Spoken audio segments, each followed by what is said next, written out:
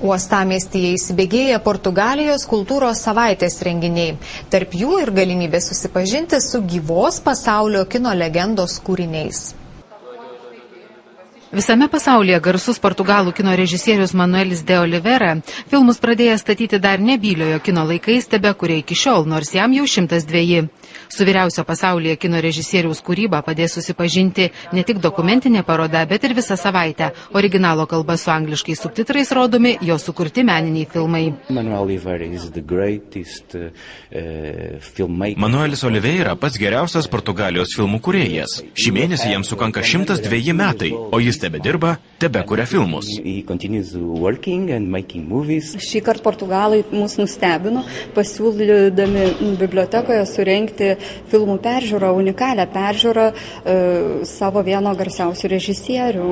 Portugalijos ambasada uostamiesčiui pristato ne tik gyvosios kino legendos filmus, bet ir pirmąją pasaulyje poezijos knygą portugalų ir lietuvių kalbomis.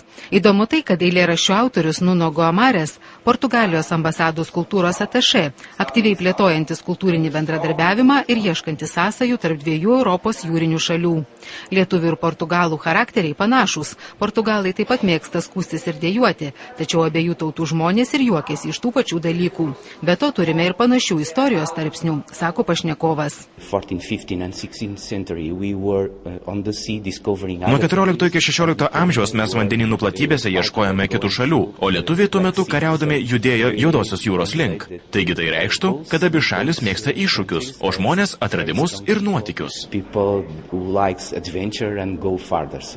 Anot eiles kuriančio kultūros atašė, jei pavyktų patvirtinti naujausius portugalų istoriko atradimus, jog Kolumbas yra Jogailos anūkas, būtų tikra pergalė, galų gale patvirtinanti tvirtą ryšį tarp Lietuvos ir Portugalijos. Uostamiesčio bibliotekos darbuotojai džiaugiasi, kad tarpkultūrinis bendradarbiavimas tarp dviejų jūrinių valstybių ne vienadienis, o tęsiasi jau keletą metų. Tiek naujienų, netrukus orų prognozė ir ekstremalių nuotykių šou Stereotipų laužytojai. Naujausią žinią žiūrėkite 8 vakare. Geros dienos.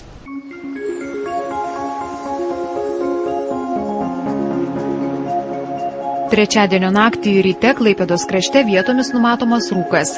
Kai kur silpni krituliai, plikledis. Pūs pietų vėjas iki 8 metrų per sekundę. Oro temperatūra svyruos nuo 3 iki 10 laipsnių.